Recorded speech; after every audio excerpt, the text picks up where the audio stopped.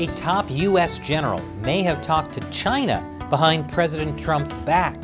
China threatens to send warships near Hawaii, and Biden can't get Xi Jinping to meet with him. That and more on this week's China News Headline.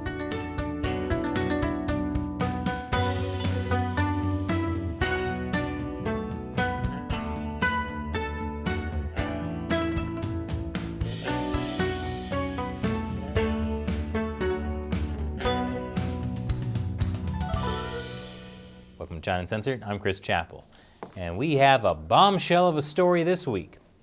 Media are saying the U.S.'s top general, Mark Milley, went behind President Trump's back to have secret conversations with China.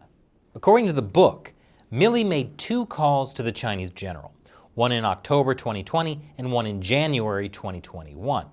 And in one conversation, Milley told Lee that he would alert him in the event of a U.S. attack. So did Milley secretly go behind President Trump's back and speak with a Chinese general off the books? On one hand, one of the authors of the book making that claim is Bob Woodward. He's a longtime journalist who exposed the Nixon-Watergate scandal in the 1970s.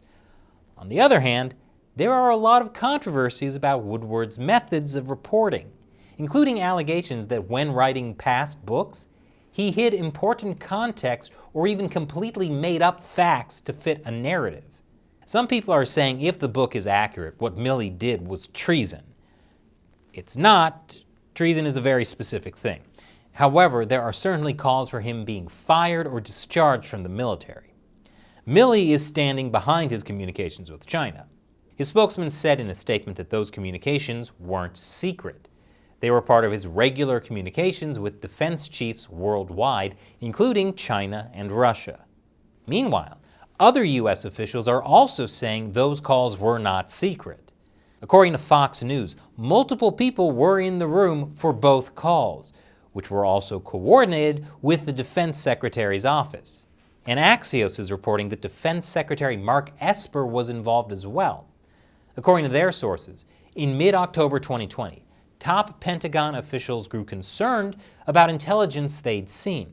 It showed the Chinese were consuming their own intelligence that had made them concerned about the possibility of a surprise U.S. strike against China.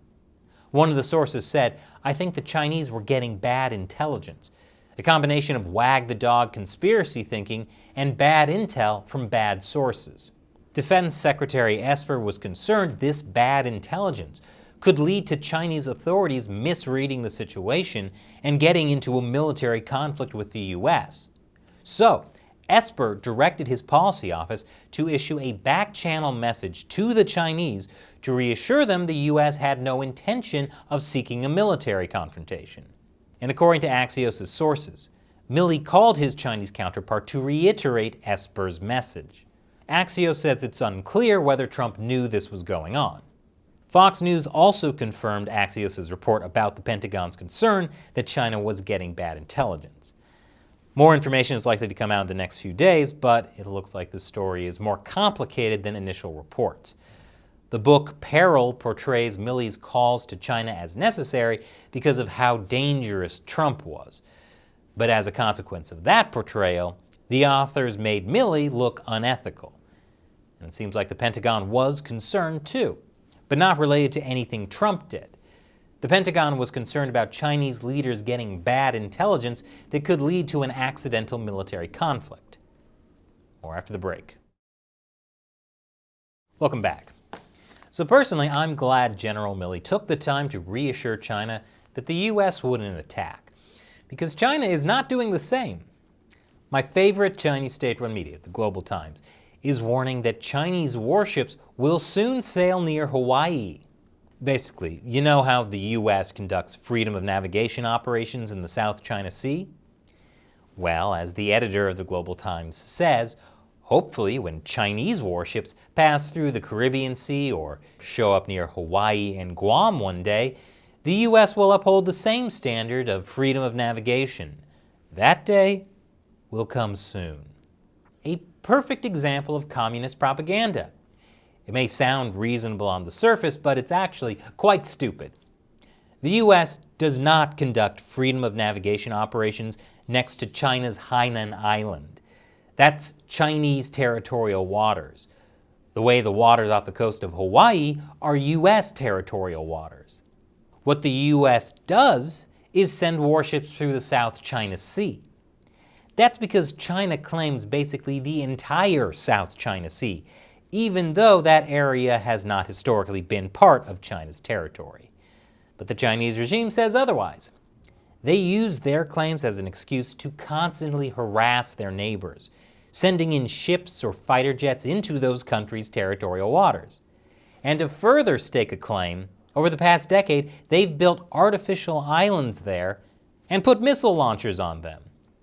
The only thing keeping China from completely taking over is the presence of the U.S. military, reminding everyone that, hey, these are international waters.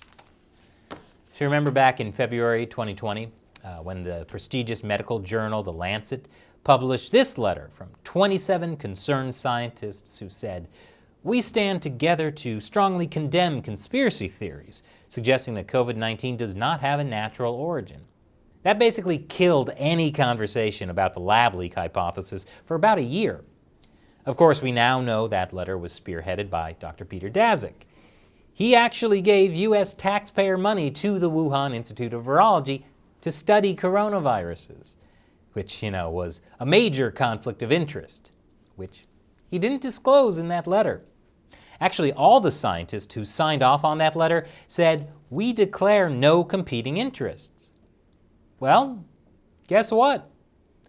26 of the 27 scientists who signed that letter have links to the Wuhan Institute of Virology.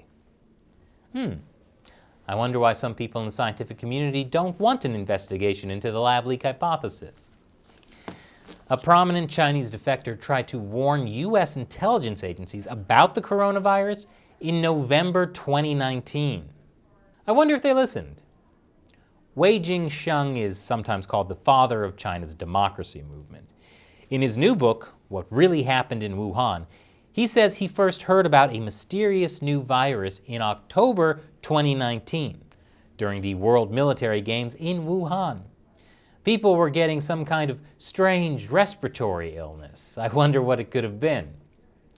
When asked whether intelligence agencies took him seriously, he said, "I felt they were not as heavily concerned as I was, so I tried my best to provide more detailed information.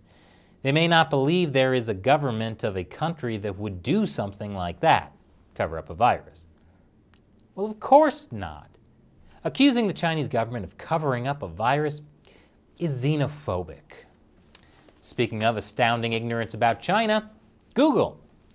Google disclosed times it provided user data to Hong Kong authorities, even though it said last year it was going to stop. Now, according to Google, they only gave user data to Hong Kong authorities 3 times after they said they wouldn't. Those requests involved a credible threat to someone's life and 2 other cases involving human trafficking. According to the company's terms of service, which applies globally, Google is allowed to provide information in such cases. Perfect! Now Hong Kong authorities know just what they need to tell Google to get them to hand over user info. Yeah, these democracy activists are dangerous terrorists who are threatening people's lives. Wait, actually they're already saying that. Never mind. Stanford University professors are calling for an end to the Trump-era China initiative, calling it racial profiling. Critics say it targets an entire ethnic group, which is inaccurate. It never targeted ethnically Chinese students or professors in the U.S. It targets students from Chinese military-linked universities studying in the U.S. in fields that could be a threat to national security, or professors who are doing research with those universities. But that hasn't stopped members of Congress from trying to end the program. Chinese President Xi Jinping reportedly turned down President Biden's suggestion to meet in person. But now Biden is denying those reports. I mean, come on, man, this is China we're talking about, not North Korea. And just so you know, there are people saying Biden should end the North Korea travel ban, because Americans have had such lovely times in North Korea. Has the whole world gone stupid? Anyway, Biden's invitation to meet with Xi supposedly came up on a phone call they had last week. Biden says that's not what happened, but he might not be telling the truth. A source who was among those briefed on the call confirmed the report was accurate. She apparently intimated that the tone and atmosphere of the relationship needed to be improved first before he would agree to meet in person. It's almost like dictators don't want to talk to Biden. I can relate. Xi Jinping still hasn't responded to any of my faxes. Someday, I'm going to get that interview. Someday. Wikipedia has banned 7 mainland Chinese users. According to Hong Kong Free Press, Wikipedia has taken unprecedented action to ban 7 mainland Chinese users from its websites globally and revoke administrator access and other privileges for 12 other users, following an HKFP report of alleged threats to Hong Kong users. Things are really not going great for Hong Kong. Will Taiwan be able to avoid its fate? More after the break. Welcome back. According to Taiwan's Foreign Minister, Joseph Wu, Taiwan is a sea fortress, baby. And yes, he said baby. Probably. Taiwan is a sea fortress, blocking China's expansion into the Pacific, and is willing to share with other democracies its knowledge of countering Beijing's efforts to undermine it. Baby. Taiwan is wrangling for some international recognition. Most countries don't have official diplomatic relations with Taiwan because China won't allow it. Taiwan has been excluded from the World Health Organization even during the pandemic. However, as I mentioned in an episode earlier this week, Taiwan is getting more support from other countries, and offering up some sweet intelligence on Beijing's influence operations might be pretty tasty to any country the Chinese Communist Party is trying to undermine, which is every country. In a sign we've learned nothing from the pandemic, U.S. mask makers say they are being clobbered by cheaper competition from China. When the pandemic began, the U.S. had a severe shortage of masks and other medical equipment because China makes pretty much all of it. And that's because China had driven all the American manufacturers out of business by making everything cheaper. Of course, with the pandemic, demand went through the roof. The U.S. began making masks again. And now, the cycle repeats itself. If you'd like to learn more about how China took over the medical mask supply, check out our podcast with Mike Bowen, the co-owner of U.S. mask maker Prestige Ameritech, a major U.S. medical supplier. He tried to warn the government for 15 years about what was coming. I wonder if they listened. And now it's time for me to answer a question from a member of the China Uncensored 50 Cent Army, a viewer who supports our channel on the crowdfunding website Patreon and Locals. Ringleader asks, "Hey Chris, when the next CCP elections take place, what will happen if Xi doesn't get a third term? Who would replace him, and would it be a smooth transition or a violent one?" Well, I wouldn't exactly call them elections, at least not as we know them in democratic societies. But next year will be the 20th Party Congress. It's the biggest meeting of top communist officials. Happens every 5 years. They do things like lay out the next 5-year plan for the economy. Because yes, China is still communist and has a state-planned economy. Now, during the last meeting, Xi removed term limits, so theoretically, he could rule indefinitely. The reality is more complicated. Mao ruled till he died. Deng Xiaoping basically controlled things until he died. Jiang Zemin was technically head of the party from 1989 to 2002. The only Chinese leader to have 2 5-year terms and then fully step down was Hu Jintao. So it's weird how everyone talks about it like Xi is somehow breaking precedent.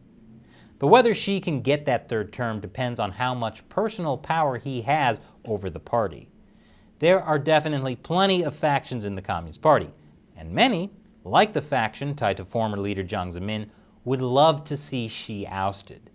Some of those guys even tried to stage a coup when Xi first came to power. If Xi doesn't take a third term, there's been some talk floating around about Wang Yang replacing him. He's on the Politburo Standing Committee and is the head of the CPPCC. But violence is always possible. There's been a long history of that in the Communist Party.